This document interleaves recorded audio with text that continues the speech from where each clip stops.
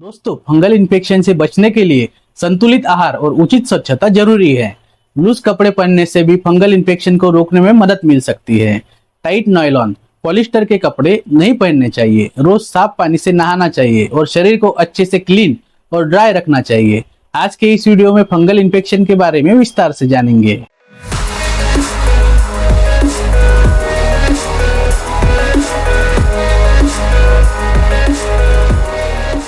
नमस्ते दोस्तों, मैं डॉक्टर राहुल आप सभी का स्वागत करता हूं आपके अपने YouTube channel doctor Rahul free family care में। दोस्तों, हमारे चैनल से हेल्थ रिलेटेड नॉलेज लेकर आप अच्छी सेहत प्राप्त कर सके और एक अच्छी हेल्दी लाइफ प्राप्त कर सके, यही हमारे चैनल का उद्देश्य है। तो चलिए शुरू करते हैं।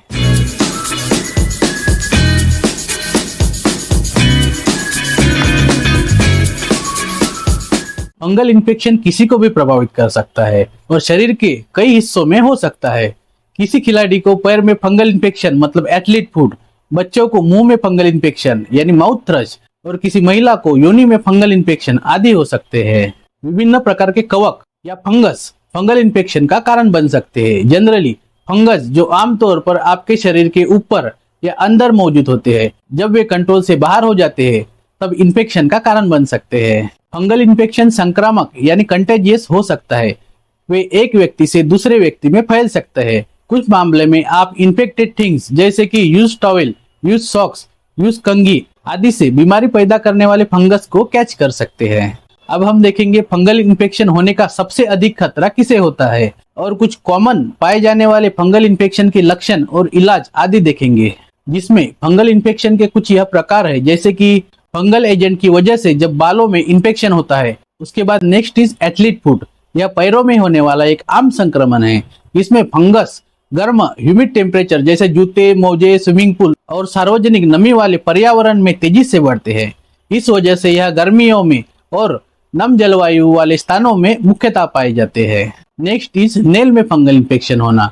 नेल का फंगल इन्फेक्शन एक सामान्य तरह का विकार होता है जो नाखूनों को पीला, अनइवन, सफेद, कमजोर, रेशेयुक्त और मोटा बना सकता है। नेल का फंगल इन्फेक्शन अक्सर नाखूनों के अपर लेयर को प्रभावित करता है। यह आमतौर में पुरुषों को और वीक इम्यूनिटी वाले लोगों को प्रभावित करता है। मुंह में फंगल इन्फेक्शन यानी थ्रश होना।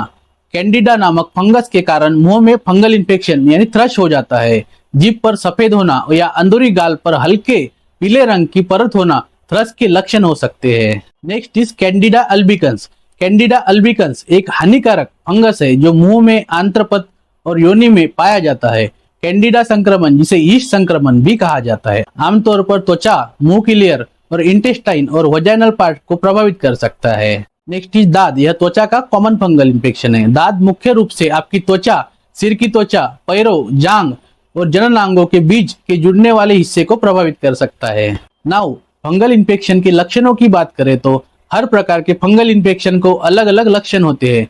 उदाहरण के तौर पर स्किन के फंगल इन्फेक्शन में पैचेस, रेडनेस, रैशेस आम है। मुंह के फंगल इन्फेक्शन में गाल का अंदरूनी पार्ट, जीभ, मुंह का अपर पार्ट और गले पर सफेद पैचेस हो जाते हैं। साथ ही वजाना में फंगल इन्फेक्शन होने पर योनि में खुजली, जलन और सफेद पानी भी आता है। त्वचा पर होने वाले सामान्य फंगल इन्फेक्शन के लक्षणों में यह कुछ लक्षण होना आम है, जिसमें लाल रंग के रैशेस होना, त्वचा में रेडिश पैच होना, इन्फेक्टेड पार्ट से सफेद पाउडर की तरह पदार्थ निकलना, त्वचा में रैश जमना व स्किन निकलना, त्वचा डैमेज होना, त्वचा के प्रभावित हिस्से में दर्द होना, त्वचा का लाल होना, त्वचा का कुछ हिस्सा सफेद व नरम हो जाना, प्रभावित क्षेत्रों में पस के साथ दाने होना, इन्फेक्टेड पार्ट पर बहुत ज्यादा खुजली होना, बीच बीच में जलन होना आदि। अब फंगल इन्फेक्शन के कारण की बात करें तो फंगल इन्फेक्शन किसी को भी हो सकता है। यहाँ तक कि जो लोग सामान्य रूप से पूरी तरह स्वस्थ है उनको भी यह इन्फेक्टेड कर सकता है। हम सब रोज किसी न किसी तरह के फंगस बीजाणुओं के संपर्क में आते हैं। हालांकि कमजोर इम्यूनिटी वाले लोगों में फंगल संक्रमण होने की संभावना अधिक होती है। इम्यूनिटी कमजोर होने की वजह से होने वाले संक्रमण को अपॉर्चुनिस्टिक इन्फेक्शन कहा जाता है। ये बीमारी बैक्टीरिया, वायरस या फंगस के कारण हो सकती है। प्रिवेंशन ऑफ फंगल इन्फेक्शन की बात करें तो फंगल इन्फेक्शन से बचने के लिए कई उपाय है, जैसे साफ सफाई बनाए रखना, पुराने जूते, चप्पल न पहनना, दूसरों की चीजें यूज न करना आदि। लेकिन याद रखें कि एक अकेला उपाय फंगल इन्फेक्शन को नहीं रोक सकता है। इसके लिए आपको सभी उपाय पर ध्यान देना होगा। पैरों को साफ और सूखा रखें, मोजों को हर रोज बदले, इस बात पर ध्यान दें कि आपके जूते ज्यादा टाइट न हो और आपको सही तरीके से फिट हो। जूतों में एंटी फंगल पाउडर का इस्तेमाल करें।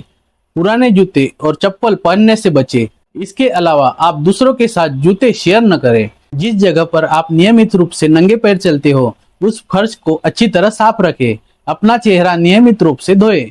इसके साथ ही त्वचा को शुष्क और साफ रखें और अपने निजी चीजों को किसी के साथ शेयर न करें। बाथरूम, जिम, कारपेट और सार्वजनिक स्थान वाली जगहों पर नंगे पैर जाने से बचें और चप्पल जरूर पहनें। यदि आपका वजन अधिक हो और आप मोटापे से ग्रस्त हो तो आप त्वचा को ड्राई रखें। साफ व सूती अंडरवियर और ढीली पैंट पहने। अपने इनर पार्ट्स को साफ और सूखा रखें। नाखूनों के ऊपरी हिस्से को काट कर छोटा रखें और नाखूनों को बढ़ने न दे। आपके परिवार के किसी सदस्य को या मित्र को फंगल इन्फेक्शन हो तो इसका इलाज तुरंत करवाए। इसमें अनदेखी न करे। अगर किसी को शरीर पर कहीं भी फंगस इन्फेक्शन हो जाए तो नियमित फंगस रोधी दवा, मलहम, शैम्पू आदि का उपयोग करना चाहिए। आगे डायग्नोसिस ऑफ फंगल इन्फेक्शन में फंगल इन्फेक्शन का निदान मुख्य रूप से इन्फेक्टेड स्किन एग्जामिनेशन पर निर्भर करता है। इसमें त्वचा पर होने वाली रैशेस, पैचेस, नेल्स और हेयर्स के नमूने लिए जाते हैं। फंगल इन्फेक्शन की जांच में यह टेस्ट किए जा सकते हैं, जिसमें नंबर 1 रक्त परीक्षण। फंगल इन्फेक्शन में रक्त परीक्षण किया जाता है जिसमें संभावित कारणों का पता लगाया जा सके। Next is imaging test. इसके अलावा फंगल इन्फेक्शन जब लंग्स में स्प्रेड हो तो x ray, CT scan, MRI scan से इसके कारणों का पता लगाया जा सकता है। ट्रीटमेंट की बात करें तो त्वचा के फंगल इन्फेक्शन का उपचार आमतौर पर दवाओं से आसानी से हो जाता है। अगर रोगी की इम्यूनिटी कमजोर हो या कैंडिडा इन्फेक्शन खून में फैल गया हो तो ऐसे में हॉस्पिटल में भर्ती होने की भी जरूरत हो सकती है। फंगल इन्फेक्शन के उपचार का मुख्य आधार एंटी फंगल दवाएं है, जिसमें number 1 is anti fungal cream, जिसमें मरहम, ऑइंटमेंट, लोशन आदि शामिल है। उसके बाद खाने वाली दवाएं और नसों में दी जाने वाली दवाएं आदि भी शामिल है। दवाओं का उपयोग संक्रमण के प्रकार और संक्रमण से प्रभावित शरीर के अंग के आधार पर किया जाता है। उदाहरण के लिए योनि के जेल या क्रीम को अक्सर योनि में होने वाले यीस्ट संक्रमण के लिए उपयोग में लाया जाता है। ओरल थ्रस्ट के लिए अक्सर गले की खराश को दूर करने वाली गोलियां, अन्य टैबलेट और माउथ वॉश को एंटी फंगल दवाओं के साथ इलाज के लिए इस्तेमाल किया जाता है। साथ ही एथलीट फुट का मुख्यतः स्प्रे, पाउडर, मलहम से इलाज किया जाता है। गंभीर संक्रमण का इलाज ओरल दवाओं या नसों में दी जाने वाली दवाओं से किया जाता है। फंगल इन्फेक्शन की मेडिसिन में जनरली एजोल ग्रुप में फ्लुकानाजोल, इट्राकेनाजोल, कीटोकेनाजोल आदि शामिल है। साथ ही एलिलामिन में टर्बिनेफिन, नेप्टिफिन आदि शामिल है। साथ ही polyene group use in several cases like amphotericin B, nystatin, etc. And for superficial infection natamycin आदि का उपयोग किया जाता है। दोस्तों, फंगल इन्फेक्शन के लिए बहुत सारी दवाइयाँ उपलब्ध है। बिना मेडिकल एडवाइस के दवाई लेने से आपकी सेहत को गंभीर नुकसान हो सकता है, यह हमेशा याद रखें। फाइनली, यह वीडियो देखने के लिए धन्यवाद। मैं आशा करता हूँ आपको यह वीडियो पसंद आया होगा। अगर आपको कोई हेल्थ रिलेटेड क्वेरी है तो आप मुझसे इंस्टाग्राम पे या व्हाट्सएप पे मैसेज कर सकते हैं। लिंक डिस्क्रिप्शन में मेंशन है। ऐसे ही एक हेल्थ रिलेटेड नए वीडियो में जल्द मिलेंगे। Till then take care, bye bye.